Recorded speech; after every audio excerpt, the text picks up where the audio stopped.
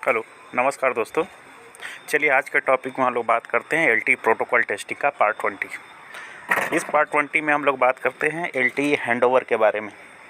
अगर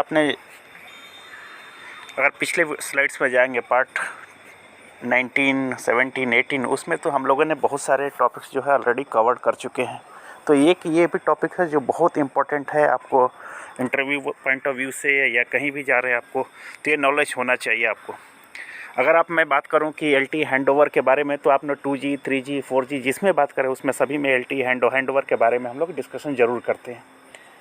अगर आरएफ में है, फुल ड्राइव टेस्ट इंजीनियर हैं या कहीं भी है, तो उसमें हम लोग रेडियो एनालिसिस, आप हैंडओवर के बारे में जा रहे हो तो हैंडओवर एनालिसिस आप करते होंगे। हैंडओवर कैसे होता है, क्या होता है, इसके बारे में आपको बेसिक नॉलेज ज़रूर होगी। उसमें क्या होता है कि हैंडओवर हम लोग पढ़ चुके हैं कि इंट्रा हैंडओवर, इंटर हैंडओवर, ये डिफरेंट टाइप का इंटर हैंडओवर होते हैं। लेकिन जब हम प्रोटोकॉल की बात करते हैं तो उसमें टेक्निकली नेम जो है इंटरव्यू पॉइंट से व्यू से हम लोग दूसरे नेम देते हैं। जैसे X2 हैंडओवर, एलटी में X2 और S1 हैंडओवर हम लोग पर्टिकुलर इस पर हम लोग यूज़ करते हैं जो इंटरव्यू पॉइंट ऑफ व्यू से इम्पॉर्टेंट है। तो चलिए थोड़ा सा बेसिक्स हम लोग समझते हैं हैंडओवर कैसे होता है। तो हैंडओवर का प्रोसेस जो होता है, ये क्या होता है कि आपको मालूम है कि handover handover is a process for a UE to transfer its session from the current network to the another one while its moving towards the neighbour cell. जब क्या होता है कि आपको मालूम होगा हैंडओवर में, तो ये तो आपको मालूम होगा अच्छी तरह से कि जब भी यूवी आपका ट्रांसफ़र होता है एक अपने सर्विंग नोड से, अगर नेबर में जो भी साइट्स है, सेल है, उसके तरफ मूव करता है तो हैंडओवर प्रोसेस होता है। उसमें मीन्स जो भी हम मेरा सर्विंग इनोड बी से अगर कोई यूवी किसी दूसरे इनोड बी में सर्व कर लेता है या वहाँ पे लैच हो जाता है, उसको हम लोग हैंडओवर बोलते हैं। या किसी एक सेल से दूसरे सेल में, आप बोल सकते हैं कि एक ही साइट है और एक ही साइट में एक सेक्टर से दूसरे सेक्टर में अगर हम लोग मूव कर रहे हैं तो उसको भी हैंडओवर बोलते हैं हम लोग। तो इसमें सेम वही है, डिफरेंस उसी तरह से है। इससे यहाँ पर भी एलटी हम लोग इसमें प्रोटोकॉल टेस्टिंग में हम लोग बेसिक्स हम लोग यही पढ़ते हैं कि X2 और S1 दो तरह के हैंडओवर होते हैं। तो आज के टॉपिक में हम लोग जो बात करेंगे उसको X2 हैंडओवर के बारे में बात करते हैं। पहले क्या होता है कि X2 हैंडओवर होता कैसे है, तो देखिए क्या होता है कि जैसे ही it is a serving inode B that determine whether to initiate the handover procedure or not based on the measurement report received from the EV product। क्या होता है कि सर्विंग सेल जो है वो डिटरमाइन करता है कि मेरा हैंडओवर प्रोसीजर होगा या नहीं होगा based on the measurement report. तो मेजरमेंट रिपोर्ट में आपको क्या होता है, बहुत सारे डिटेल्स आपको मिलते हैं। आरएक्स लेवल मेरा कितना है, आरएक्स क्वालिटी है, किस तरह का हैंडओवर करना है, तो ये सभी डिटेल्स आपको मेजरमेंट रिपोर्ट में ईवी जो है ऑलवेज सेंड करता है अपने सर्विंग इनोड बी को। जैसे ही ये डिसाइड होता है कि ईवी जितना मेजरमेंट रिपोर्ट भेजा उसके बेस्ड ऑन उसी पर क्या होता है, सर्विंग इनोड भी डिसाइड करता है कि हमें हैंडओवर देना है या नहीं देना होता है। तो क्या when handover is the happen, the serving eNodeB also choose the target eNodeB from the list of the neighbouring eNodeB and type of handover. वो डिसाइड करता है आपको कि किस तरह का हैंडओवर होना है उसमें। दैट इज X2 हैंडओवर और S1 हैंडओवर जो आपका सर्विंग इनोड बी डिसाइड कर लेता है। If there is established X2 connection with the target inode B and it is available at the moment, the source inode B perform X2 handover, otherwise the inode B will perform the S1 handover। पहले क्या करता है, आपका serving inode भी है वो try करता है कि आपको X2 कनेक्शन अवेलेबल है या नहीं है at the time of handover. तो अगर X2 handover available, X2 connection available है तो क्या करता है, सोर्स इनोड भी फर्स्ट X2 हैंडओवर परफॉर्म कर देता है। अगर उसको X2 हैंडओवर परफॉर्म नहीं कर पाता है then he will go for that S1 handover, तब वो S1 हैंडओवर की तरफ जाता है।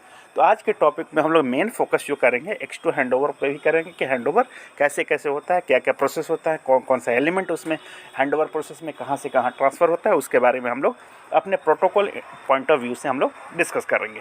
हम लोग यहाँ आरएफ पॉइंट ऑफ व्यू, अगर आपको आरएफ में भी आप हैंडओवर एनालिसिस कर रहे हैं तो आपको हैंडओवर एनालिसिस करने में ये आपको बहुत ही फ़ायदेमंद होगा। तो चलिए हम लोग यहाँ पे थोड़ा सा बात कर लेते हैं। नीचे आ जाएं, ये थोड़ा सा पिक्चर है, आपको देखने की ज़रूरत है आप किस तरह से हैंडओवर क्या होता है, बिफोर हैंडओवर क्या है, हैंडओवर प्रिपरेशन किस तरह से होता है। तो इसके बारे में पिक्चर्स ये यहाँ पे दिया गया है। यहाँ पे बिफोर हैंडओवर आप देख सकते हैं कि यह इनोड भी इस यहाँ पे इस सर्विंग सोर्स इनोड भी से कनेक्टेड है। उसके बाद क्या होता है कि हैंडओवर प्रिपरेशन हो रहा है तो उसमें क्या क्या है, सोर्स इनोड भी makes the handover decision, direct tunnel X2 transport barrier between, ये सभी ट्रांसपोर्ट होता है। और जैसे ही हैंडओवर एक्सक्यूशन हो जाता है उसमें ये होता है और लास्ट में हैंडओवर कंप्लीट हो जाता है। आफ्टर हैंडओवर ये क्या होता है, सोर्स इनोड बी से आपको यहाँ से टारगेट इनोड बी में ये आप जो दिखाई दे रहा है या तो यहाँ पे जो है ये आपको हैंड ओवर हो जाता है वो। नेक्स्ट हम लोग बात कर लेते हैं इसमें अब L2X2 हैंड ओवर के बारे में। जैसे स्टेप्स वाइज अगर बात करूँ L2X2 हैंड ओवर का स्टेप्स कौन कौन से हैं, तो उसके बारे में थोड़ा सा डिस्कशन हम लोग कर लेते हैं। इसमें स्टेप्स 1 में होते हैं मेज़रमेंट कंट्रोल है, मेज़रमेंट रिपोर्ट है, X2 सेटअप है, हैंड ओवर रिक्वेस्ट है।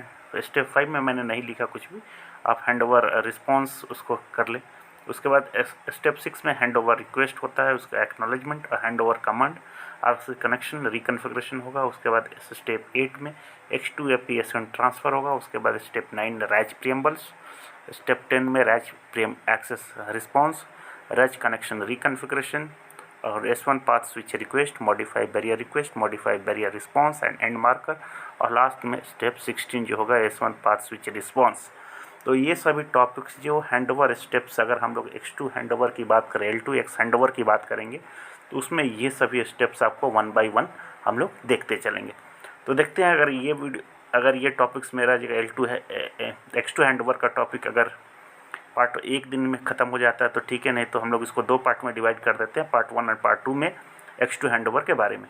तो इसमें पहला देखते हैं कि मेज़रमेंट कंट्रोल स्टेप 1 जो है मेज़रमेंट रिपोर्ट होता है, सॉरी मेज़रमेंट कंट्रोल है। तो उसमें जब बात करें तो हम लोगों को ऑलरेडी मालूम है, यहाँ पे देख सकते हैं इस पिक्चर में आपको देखने को मिलेगा, यहाँ पर इसमें देख रहे होंगे कि ये जो है, इसमें देख रहे होंगे आप कि ये है सोर्स इनोड भी यहाँ पे मेज़रमेंट कंट्रोल कर रहा है यहाँ पे। और उसके बाद जो है सेकंड स्टेप्स में क्या होता है तो मेज़रमेंट रिपोर्ट यहाँ से ईवी इसको सोर्स इनोड भी को देते रहता है। तो आपको ये मालूम होगा क्या इनोड भी हमेशा मेज़रमेंट रिपोर्ट ऑलवेज क्या को सोर्स इनोड भी को भेजता है, जिससे वो डिसाइड करता है, सोर्स इनोड भी वो डिसाइड करता है कि हमें हैंड ओवर कब करना है और कौन से हैंड ओवर को करना है।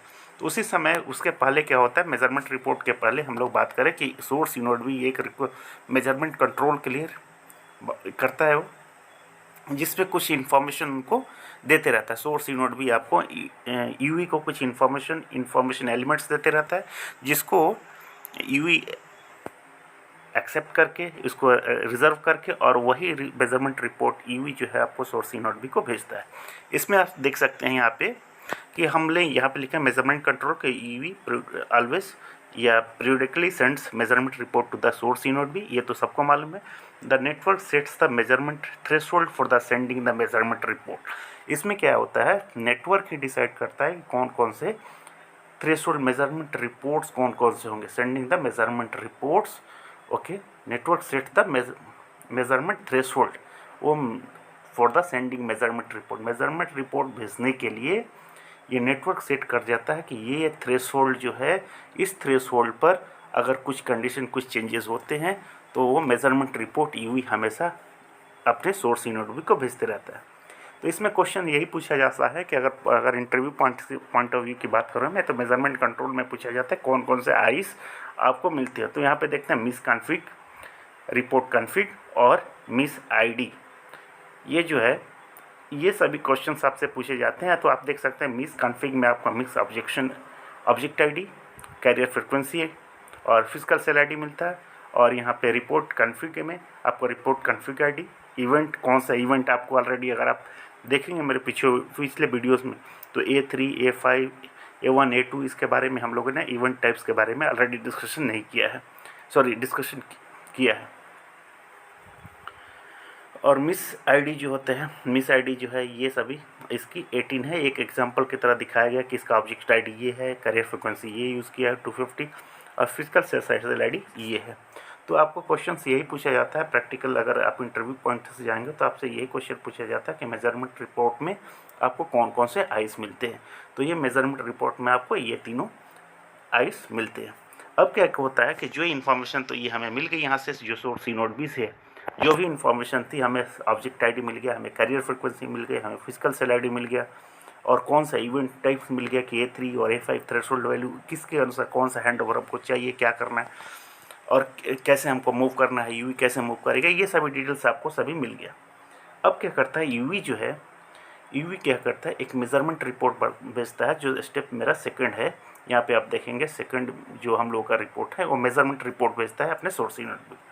इसमें क्या करता है वो चेक करता है उस कंडीशन में यूवी क्या करता है, इसमें इसमें लिखा हुआ neighbouring cells signal quality is now better than the serving cell. अब आप इसमें देखता है कि अब इसमें हैंडओवर जो नेबर का सेल है उसका क्वालिटी सर्विंग सेल से बेटर है। उस समय ये क्या होता है, जो डायरेक्शन जाएगा यूवी से यूट्रॉन मीन्स सोर्स इनवर्ट वीक, इसमें जो रेडियो सिग्नल बैरियर्स जो है SRB1, RLC मोड जो होगा आपको EM है, और RLC मोड अगर आप बात करें RLC मोड 3 तरह के RLC मोड होते हैं, उसके बारे में हम लोग डिस्कस नेक्स्ट वीडियो में करेंगे कि RLC मोड कौन कौन से होते हैं, कैसे होते हैं, एक डिफरेंट टॉपिक्स है, उसके बारे में हम लोग बाद में डिस्कशन करेंगे। इसमें जो लॉजिकल चैनल जो होता है DCCH चैनल से यूज़ होता है, और ये ट्रांसपोर्ट चैनल आपको ULSCH होता है। तो ये हो गया मेजरमेंट रिपोर्ट। जैसे ही मेजरमेंट रिपोर्ट यूवी क्या है जो अपना मेजरमेंट रिपोर्ट सोर्स इनवर्ट भी को भेजता है, तो वहाँ पे क्या करता है एक, तो आप देख सकते हैं इसमें लिखा हुआ है, तो इसमें क्या क्या इन्फॉर्मेशन आपको मिलता है। तो ये सभी थोड़ा सा डिटेल्स मैंने दे दिया है आपको पढ़ने के लिए, आप इसमें पढ़ सकते हैं। इसमें क्या क्या बहुत सारे टॉपिक्स लिखे हुए हैं, जो मेन पॉइंट्स है जो important interview point of view से मैं उसको डिस्कस कर दे रहा हूँ यहाँ पे। अब उसके बाद क्या होता है, जैसे ही आपको यहाँ पे वीडियो में आप इस पिक्चर में देखेंगे, मेरा स्टेप 1 में मेजरमेंट कंट्रोल मिल गया, सेकंड स्टेप से मेजरमेंट रिपोर्ट मिल गया। अब क्या होता है, हमें क्या हैंडओवर करना है, मीन्स सोर्स इनवर्ट बी से हमें टारगेट इनवर्ट बी को हैंडओवर करेगा, यूवी मेरा जो है हैंडओवर करेगा। तो इसके लिए क्या करेगा, एक होगा इन दोनों के बीच में, ये सोर्स इनवर्ट बी और टारगेट इनवर्ट बी, इन दोनों के बीच में एक X2 सेटअप होगा। इसमें X2 सेटअप रिक्वेस्ट में ये कौन कौन से इन्फॉर्मेशन आपको कैरी मिलेंगे, एक दूसरे से ट्रांसफ़र मिलेंगे। क्या करेगा, इनवर्ट बी जो होता है, इनवर्ट बी 1 जो है आपका सोर्स इनवर्ट बी है, एक X2 सेटअप रिक्वेस्ट भेजेगा आपको टारगेट इनवर्ट बी को, और वहाँ से एक रिस्पॉन्स मिलेगा आपको, X2 सेटअप रिस्पॉन्स आपको मिलेगा वहाँ से। तो और ये दोनों X2 सेटअप रिस्पॉन्स इन दोनों के बीच में होता है, सोर्स इनवर्ट बी और टारगेट इनवर्ट बी के बीच में। अब ये इन्फॉर्मेशन इन दोनों के बीच में क्या क्या इन्फॉर्मेशन मैसेज जो होता है एक दूसरे में कैरी होता है, उसके बारे में हम लोग देख सकते हैं। यहाँ पे देखें, एक physical cell ID for the cells it manage, frequency band, tracking area identity, neighbouring से नेबर इन्फॉर्मेशन ऑप्शनल है, ये आपको number of antenna ports optional है, और ये सभी इन्फॉर्मेशन आपको यहाँ से एक दूसरे के बीच में एक्सचेंज हो जाएगा। अब होगा कि ये सभी इन्फॉर्मेशन एक्सचेंज हो गया, X2 सेटअप कैसे होता है, इसके बारे में एक डिफरेंट टॉपिक्स हम लोग को बात करें कि किस तरह से X2 सेटअप होता है। लेकिन यहाँ पे हम लोग देख सकते हैं मेरा 3 स्टेप्स कंप्लीट होता है, यहाँ से हम लोग बात करते हैं। तो पहला हो गया हम लोगों का मेजरमेंट कंट्रोल, उसके बाद मेजरमेंट कंट्रोल जैसे ही होगा उसका मेजरमेंट रिपोर्ट यूवी ने यहाँ पे सोर्स इनवर्ट बी को भेजा। जैसे ही यहाँ पर ये देखता है कि इसकी क्वालिटी या कुछ भी है, RSRP वैल्यू क्वालिटी इसकी ख़राब होगी मेरी सोर्स इनवर्ट बी को, वो क्या करता है एक X2 सोर्स इनवर्ट बी, और क्योंकि ऑलरेडी हमने बात किया कि सोर्स इनवर्ट बी ही डिसाइड करता है कि अपने कंडीशन पे, मीन्स उसको यूवी के कंडीशन किस मेजरमेंट रिपोर्ट पे वो डिसाइड करता है हमें हैंडओवर देना है या नहीं देना है। तो वो क्या करता है, जैसे उनको मालूम होता है कि अब यूवी जो है, यूवी मेरा सोर्स इनवर्ट बी की RSRP वैल्यू क्वालिटी है जो भी ख़राब हो गई है, तो वो क्या करता है कि वो अपने टारगेट इनवर्ट बी के साथ X2 एक सेटअप करता है। उस सेटअप में आपको ये सभी एक्सचेंज एक दूसरे के बीच में ये मैसेज इन्फॉर्मेशन एक दूसरे के द्वारा एक्सचेंज होते हैं। जैसे ही X2 सेटअप कंप्लीट हो जाता है तो उसके बाद टारगेट इनवर्ट बी में तो एक हैंडओवर रिक्वेस्ट होता है, जो हैंडओवर रिक्वेस्ट किसके तरफ से होता है, ये सोर्स इनवर्ट बी की तरफ से, कि सोर्स इनवर्ट बी की तरफ से एक हैंडओवर रिक्वेस्ट जाता है कि टारगेट इनवर्ट बी के पास में कि एक यूवी है जो मेरा, वो आपको हैंडओवर करना चाहता है। वो इसलिए वो क्या करता है, सोर्स इनवर्ट बी एक हैंडओवर रिक्वेस्ट आपको भेजता है, टारगेट इनवर्ट बी को भेजता है। तो उस हैंडओवर रिक्वेस्ट में क्या क्या भेजता है, वो भेजता है आपको target ECGI of the target cell, उसका ECGI of the target cell means handover request जब करता है, यूवी सिक्योरिटी कैपेबिलिटी की NB ERB to the setup, ये सभी इन्फॉर्मेशन यहाँ से ये हैंडओवर रिक्वेस्ट जब करता है तो ये सभी इन्फॉर्मेशन एक्सचेंज होते हैं। तो ये आपको इंटरव्यू में अगर आप जाते हैं तो इंटरव्यू में यही क्वेश्चन पूछे जाते हैं, अगर हैंडओवर रिक्वेस्ट होता है तो कौन कौन से आईज एक दूसरे के बीच में या कौन कौन से मैसेज एक दूसरे के बीच में ट्रांसफ़र होते हैं, ये क्वेश्चन पूछा जाता है आपसे। तो ये आपको याद करना पड़ेगा, हैंडओवर रिक्वेस्ट इस तरह से होता है। स्टेप 4 में जैसे ही आपका हैंडओवर रिक्वेस्ट होता है तो उसके बाद क्या होता है, स्टेप 5 में हम लोग जाते हैं। तो टारगेट इनवर्ट बी क्या करता है, टारगेट इनवर्ट बी जी में रहता है एलोकेट करता है एक CRNTA एलोकेट करता है रैच प्रीएम्बल्स, क्रिएट करता है DRB for uplink and downlink, perform admission control and prepare handover command message. तो हैंडओवर कमांड मैसेज होने से पहले एक स्टेप 5 हो जाता है, मेरा हैंड ओवर रिक्वेस्ट हुआ, उसके बाद टारगेट यूनिट भी एलोकेट करता है CRNTI, allocate RACH preambles, create DRB, UL, perform admission control and perform hand over command message. ये सभी स्टेप्स 5 में ये टारगेट यूनिट भी सोर्स यूनिट भी के बीच में ये होता है, स्टेप 5 में होता है। जैसे ही ये स्टेप 5 मेरा कंप्लीट हो जाता है तो उसके बाद क्या होता है, हैंड ओवर एक्नॉलेजमेंट। इसमें क्या हैंड ओवर एक्नॉलेजमेंट क्या आता है, फिर टारगेट यूनिट भी क्या करती है, टारगेट यूनिट भी एक रिक्वेस्ट एक्नॉलेजमेंट भेजता है और उसके साथ ERB ID, target X2 unit भी TEID and hand over command यहाँ से भेजता है टारगेट यूनिट भी। जैसे ही हैंड ओवर रिक्वेस्ट एक्नॉलेजमेंट हो जाता है दोनों टारगेट यूनिट भी और सोर्स यूनिट भी के बीच में, तब क्या होता है, हम लोग इसको हैंड ओवर कमांड जाता है एक दूसरे के बीच में। अब सोर्स यूनिट भी क्या करता है कि hand over request, hand over command को EV को भेजता है, जो हम लोगों ने ऑलरेडी डिस्कस किया। इसके साथ क्या करता है कि आपको एक ऑलरेडी न्यू CRNT या न्यू ID भी आपको मिल गया। इसके साथ एक RACH preambles is also including for contention free RACH access. तो हम लोगों ने अभी रैच के बारे में पढ़ा नहीं है, तो दो तरह के रैच प्रोसेस, एक कंटेंशन फ्री और कंटेंशन बेस्ड रैच प्रोसेस होता है, उसके बारे में हम लोग डिस्कस करेंगे। तो ये थोड़ा सा आप समझ लीजिए अभी इसके बारे में कि रैच प्रोसेस किस तरह से होता है, उसके बारे में हम लोग थोड़ा डिटेल्स में बाद में बात करेंगे। लेकिन एक रैच प्रोसेस होता है, इनिशियल रैच प्रोसेस, जिसमें दो तरह के रैच प्रोसेस होते हैं, कंटेंशन फ्री और कंटेंशन बेस्ड रैच प्रोसेस होते हैं। तो इसमें क्या करता है कि ये जो होगा इस प्रोसेस में एक क्या होगा, एक RACH preamble is also included for contention free RACH access, इसके लिए। और इसके साथ में क्या करेगा, रैच preamble assignment, target CRNTI, target DRB, target unit B as a security algorithm. ये सोर्स यूनिट भी आपको ये मैसेज देता है, ये इन्फॉर्मेशन UV को प्रोवाइड कराता है। जैसे ही ये इन्फॉर्मेशन मिल गई UV को, तो अब क्या होता है, स्टेप्स मेरा 8 जो होता है उसमें अब सोर्स यूनिट भी क्या करता है, फिर क्या करता है, जैसे UV से कम्युनिकेशन ऑलरेडी कर लिया है, यहाँ से आपने देखा होगा कि यहाँ पे जो हम लोग कम्युनिकेशन हो गया हैंड ओवर कमांड UV को भेज के, और उसके बाद जैसे ही ये प्रोसेस कंप्लीट होता है, फिर सोर्स यूनिट भी क्या करता है, अपने टारगेट यूनिट भी से एक X2AP ट्रांसफ़र स्टेटस होता है। इन दोनों के बीच में एक X2AP एसेंट ट्रांसफ़र स्टेटस होता है, जिसमें आपको downlink PSCP sequence number, uplink PDCP sequence number यहाँ से ट्रांसमिट करता है टारगेट यूनिट बी को। तो थोड़ा सा लिटिल बिट आपको ये सभी टर्म्स जो है थोड़ा सा डिफ़िकल्ट लग रहे होंगे कि कौन कौन से ये टर्म्स है, तो हम लोगों ने एक्सप्लेन यहाँ पे नहीं किया है। इसके बाद नेक्स्ट वीडियो में मैं ट्राई करूँगा, नेक्स्ट अगर टॉपिक्स में आ रहा हूँ मैं, तो मैं ये जो टॉपिक्स है जैसे रैच प्रोसेस जो हम लोगों ने कंप्लीट नहीं किया, एसेंट ट्रांसफ़र, डाउनलिंक PSCP क्या है, PDCP क्या, सीक्वेंस नंबर क्या है, तो इसके बारे में अभी हम लोगों ने डिस्कस नहीं किया है। अगर कुछ उसके बारे में अगर मोर डिटेल्स आपको चाहिए तो मेरे कमेंट बॉक्स में डालिए, मैं आपको अच्छी तरह से उसको एक्सप्लेन कर दूंगा। लेकिन अभी जो स्टेप्स वाइज स्टेप्स मैं बताने की कोशिश कर रहा हूँ, जिसमें केवल जो मैसेज कौन कौन से मैसेज फ्लो हो रहे हैं इस सोर्स यूनिट भी और टारगेट यूनिट के बीच में, ये मैं यहाँ पे दिखाने की कोशिश कर रहा हूँ, और स्टेप्स दिखाने की कोशिश कर रहा हूँ कि कौन कौन से स्टेप्स जो है एक दूसरे के बीच में होता है। तो हम लोगों ने यहाँ पर भी देखा था, यहाँ पे हमने जितने स्टेप्स हैं, हम लोग टोटल 16 स्टेप्स हैं, उन 16 स्टेप्स में कौन कौन से मैसेज और क्या क्या फ्लो होता है, इसके बारे में हम लोगों ने यहाँ पर डिस्कस किया। तो आप देख लीजिए, आपको यही इंटरव्यू में यही बताना है कि स्टेप्स कैसे होते हैं, किन के बीच में होता है और कैसे कैसे होता है। तो आपको अभी तक जो भी हम लोगों ने डिस्कशन किया, जो हैंडओवर X2 हैंडओवर का प्रोसेस 1 to स्टेप्स 1 से लेके स्टेप 8 तक जो अभी तक हम लोगों ने डिस्कशन किया, वो स्टेप्स जो है दोनों या तो EV के बीच में, UV और सोर्स यूनिट भी, या सोर्स यूनिट भी और टारगेट यूनिट भी के बीच में ही हुआ है। तो ये आपको रिमेंबर करने के लिए बहुत आसान हो गया कि आप पर किसी भी ये स्टेप्स 1 से 8 के बारे में अगर बात कर रहे हैं अभी तक में, तो अभी जो है अभी हैंडओवर जो हुआ, जो डिस्कशन जो हम लोगों ने किया है, या जो भी मैसेज फ्लो होगा वो सोर्स यूनिट भी और टारगेट यूनिट भी के बीच में होगा, या इधर सोर्स यूनिट भी और UV के बीच में होगा। तो ये हो गया मेरा X2AP SN transfer status step set में।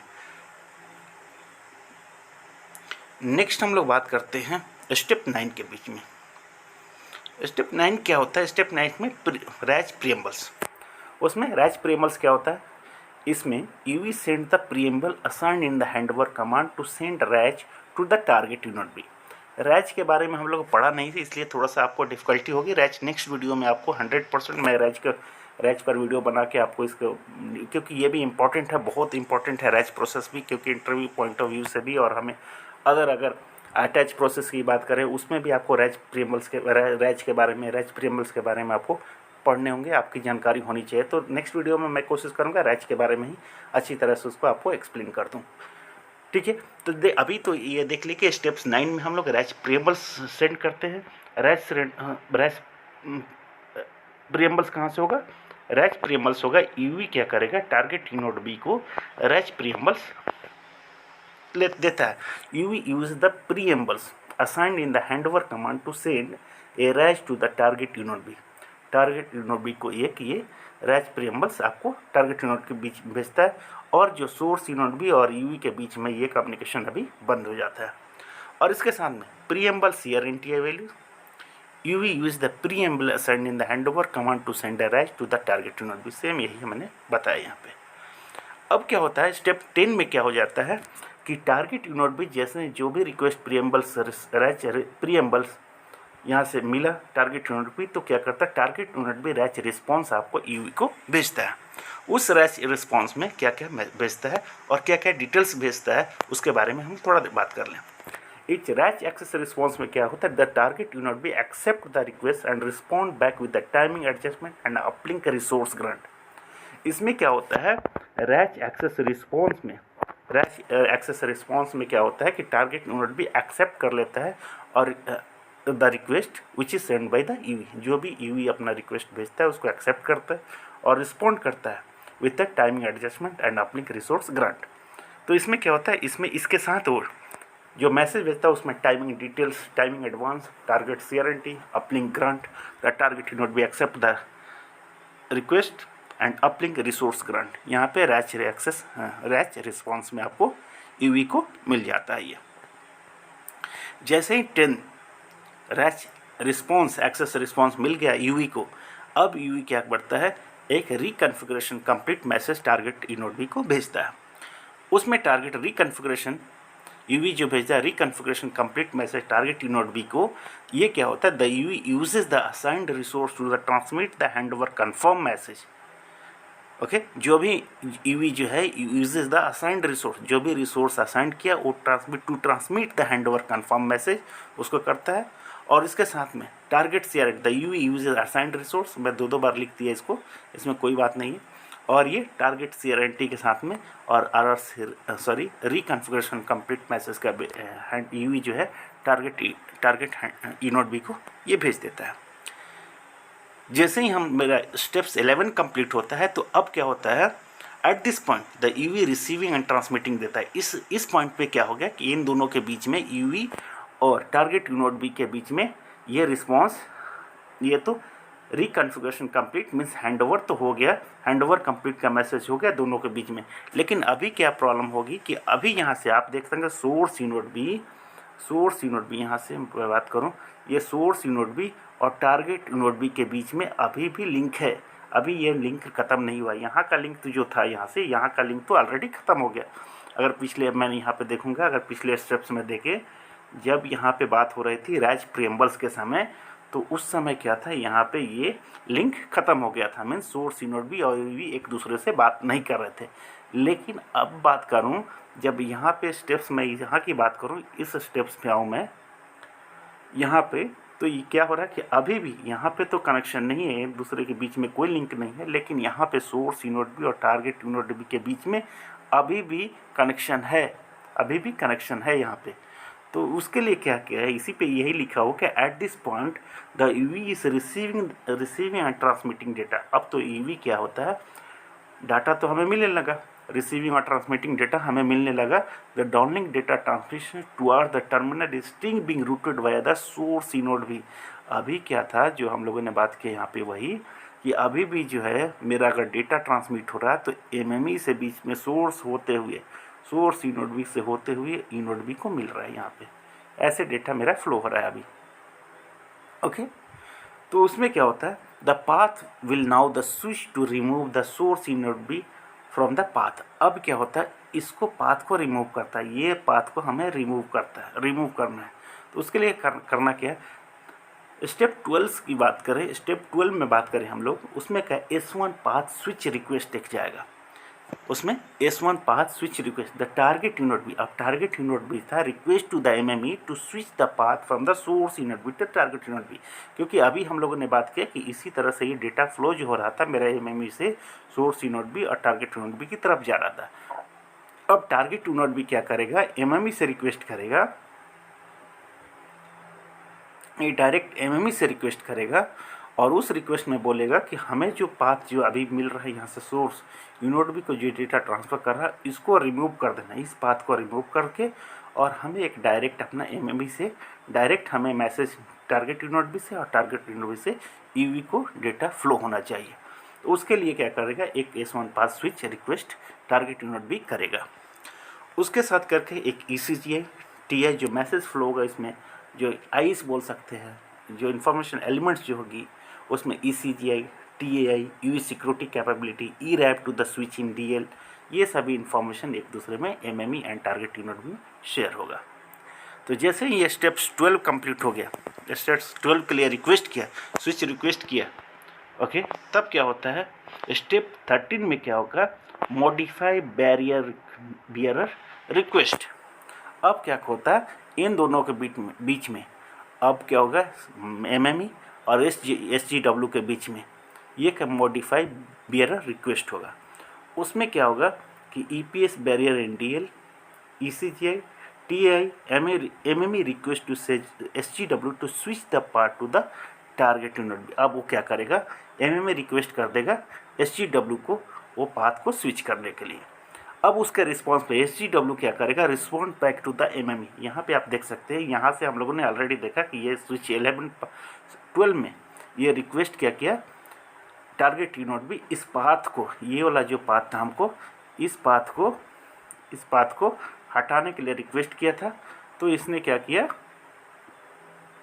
रिक्वेस्ट किया था, यहाँ से जो रिक्वेस्ट मिला था ये रिक्वेस्ट एमएमई को किया था और एमएमई ने इसको मॉडिफाई बैरियर रिक्वेस्ट SGW के बीच में किया था। जैसे ही रिक्वेस्ट इनको मिल गया तो SGW इसको मॉडिफाई बैरियर रिस्पॉन्स देता है और इसमें क्या करता है, the SGW response with service gateway respond back to the MME signalling the complete of the path switch.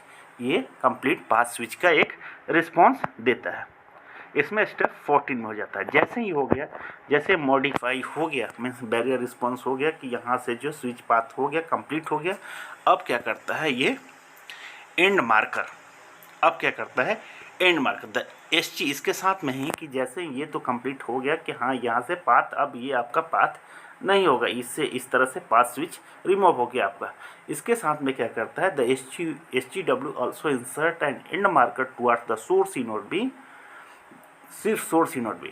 This marker will use to sequence the data received from the source unit B and the new data received from the target unit B. ये सभी and marker में होता है, source unit भी इसको भेजता है। ये हो गया आपका एंड मार्कर। लास्ट में होता है 16 में क्या होता है, जैसे ही एंड मार्कर हो गया दोनों के बीच में सभी, और यहाँ से क्या होगा, ये पाथ जो हमें यहाँ से मिल रहा था ये अभी ख़त्म हो गया, यहाँ से बीच में सोर्स यूनिट भी से जो डेटा जा रहा था यहाँ से, अब ये डिस्कनेक्ट हो गया और यहाँ से एक एंड मार्कर रिक्वेस्ट SGW भेज दिया। अब क्या होगा, स्टेप 16 में क्या हो जाता है मेरा S1 पाथ स्विच रिस्पॉन्स।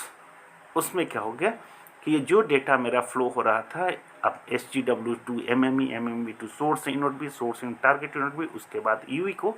अब क्या होगा, now SGW is now sending the data using the target unit B TEID। अब क्या होता है, इसके थ्रू अब डेटा आपको फ्लो होने लगा। Complete MME respond back to signal to complete the path switch, ERAD with the switch in the UL, MME respond my signal to complete the path switch. ये सभी पाथ स्विच हो गया और मेरा जो पहले था ये सभी कनेक्शन भी आपका ख़त्म हो गया, ये जो कनेक्शन था ये भी ख़त्म हो गया और यहाँ से जो था वो भी ख़त्म हो गया। अब जो डायरेक्ट आपका हैंडओवर जो हो गया, अब यहाँ से जो यूवी यहाँ पे कनेक्टेड था, अब यहाँ से आपको डेटा यहाँ से लेना शुरू कर दिया। ये होता है आपको X2 हैंडओवर। ये होता है X2 हैंडओवर। तो ये थोड़ा सा जो भी था ये टेक्निकली आपको, आप जब इंटरव्यू में जाते हैं तो आपको ये बेसिक्स तो पूछे नहीं जाते हैं, जो भी ये क्वेश्चन पूछे जाते हैं कि इसके बीच में क्या क्या होता है, ये कौन कौन से मैसेज फ्लो होते हैं, अगर S1 पाथ स्विच रिस्पांस होता है तो क्या क्या होता है, उसमें क्या होता है, एंड मार्कर क्या होता है, तो ये सभी क्वेश्चंस आपसे पूछे जाते हैं। तो ये बेसिक्स आपको, अगर आप ये इस तरह से आप प्रिपरेशन करते हैं कि हैंडओवर X2 हैंडओवर में क्या क्या फ़्लो होता है, कैसे फ़्लो होता है, तो आपके लिए ये थोड़ा सा अंडरस्टैंडिंग के लिए, आपको इंटरव्यू पॉइंट ऑफ के लिए बहुत इंपॉर्टेंट हो जाएगी। कब आपको बोलेंगे कि ये रैच रिस्पॉन्स क्या होता है, रैच रिस्पॉन्स में कौन कौन से मैसेज आते हैं, X2 AP SN ट्रांसफ़र क्या होता है, उसमें क्या कैसे मैसेज फ्लो होते हैं, तो ये सभी बेसिक्स आपसे पूछे जाते हैं, या ये पूछे जाते हैं कि ये इन्फॉर्मेशन कहाँ से कहाँ कर कैरी करते हैं, या स्टेप्स बाय स्टेप्स हमको ये आप बता दो।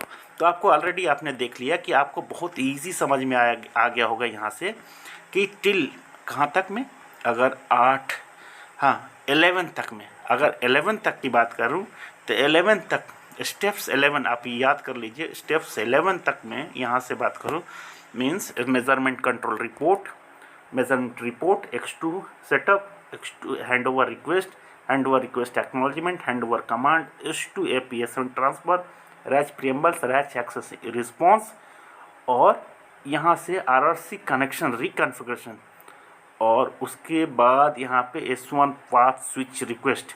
आप यहाँ तक जोड़ लें कि टिल 11 तक, यहाँ से लेके ये टॉपिक्स जो है आपको इसमें किसी तरह का कन्फ्यूज़न होना ही नहीं है। ये सभी क्या होता है, यूवी और यूनोड बी के बीच में, ये सोर्स यूनोड बी के बीच में ये ट्रांसफ़र होगा मैसेज, या टारगेट यूनोड बी और सोर्स यूनोड बी के बीच में ही ये मैसेज ट्रांसफ़र होगा। ये सभी स्टेप्स आएंगे। रिमेनिंग जो स्टेप्स हैं आपको 12 टू लेके 12 से लेके यहाँ तक 16 तक 4 जो स्टेप्स होंगे, इसमें थोड़ी सी MME और SGW सर्विस गेटवे का टॉपिक्स आपको मिलेंगे जो इसमें होते हैं।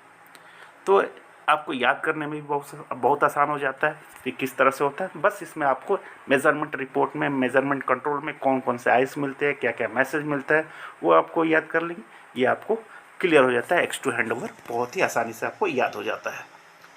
तो आज के टॉपिक्स के लिए तो X2 हैंडओवर कंप्लीट हो गया। नेक्स्ट वीडियो में हम लोगों ने बोला कि रैच प्रिएम्बल्स को कंप्लीट करते हैं, रैच क्योंकि बहुत ही इंपॉर्टेंट टॉपिक्स है, तो रैच को भी हम लोग कंप्लीट कर लें, क्योंकि बहुत सारे, अगर अटैच प्रोसेस की बात करें तो अटैच में भी, और अदर अगर लॉग एनालिसिस की बात करें उसमें भी, अगर हम लोग टेस्टिंग के लिए जा रहे हैं तो उस फेज़ में भी हमें रैच की बहुत ज़रूरत पड़ेगी।